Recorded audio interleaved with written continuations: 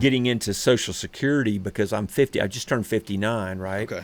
So I'm going to be able to take Social Security here coming up, and I've got to make a big decision of when do I take it. Do I take it at 62 or do I wait until 65 or Get full 67 benefits. or up to 70 or 72? I think is the absolute latest. Wow. And the longer you wait, the bigger the benefit is. So you have a big decision, and there's a lot of factors that go into when you actually take it. That depends on if it goes away. If it's going to default. Well, by that's then, one of the right? concerns is Because it's already in debt, right? Is it going to what's it called? Default. It's default, and that's one of the big concerns.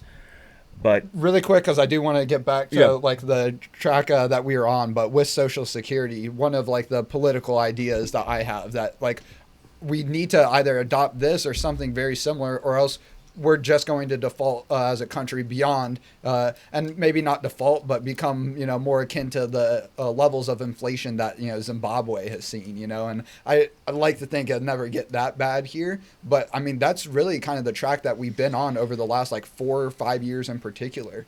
I think, we were talking about like the $1 million, 1975, basically $1 million today is equivalent to like $169,000 in 1975. So, I mean, basically the new 6-figure sort of like income that, people have like strive for is basically making $1 million this day and age. And it's like,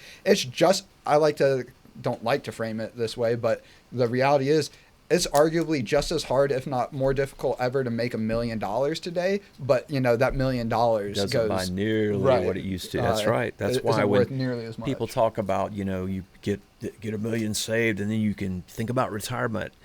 I saw some program, the guy was like, you get a couple of $100,000 saved and then you start thinking about retirement. And I just was like, well, yeah, you can think about retirement if you have a couple of $100,000. But that's all you've got. You can't retire on a couple of $100,000. Depends the life you want to live. Yeah, that's true. It depends the life you want to live, but I'm just saying that it's so expensive now. But anyway, I don't want to. Yeah, and just closing my thought with Social Security is like we need to have some sort of program where if you're like within 5 years of being able to collect Social Security, continue collecting Social Security, you've lived your whole life with this being the expectation that the government, wrongfully so, is going to take care of you.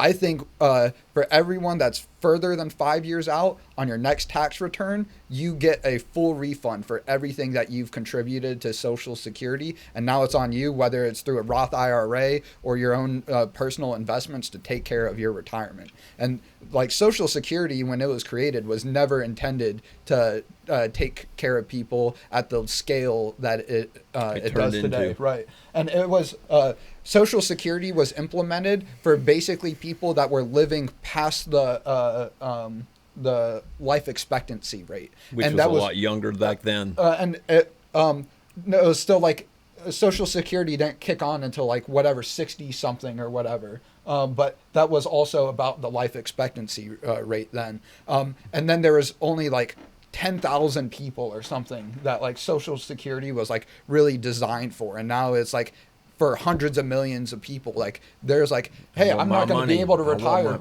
if I don't have the government doing what's best for my retirement. And it's like, for me, America, the land of the free, it should be the land of like people have the most success possible, more possible than anywhere else in the world. But freedom also comes with the responsibility of, if you don't take care of yourself, you don't take care of what you need to do for you and your family, you're going to fail more than anywhere else in the world will allow you to. And if people did what you just said, and they, where you get all your money you would back, be so much better off. Well, you get all your money back, and then it's what a lot of people would do. Go buy a PlayStation 5. They would go on a cruise. Yeah. They would go on vacation somewhere and squander that money. Right.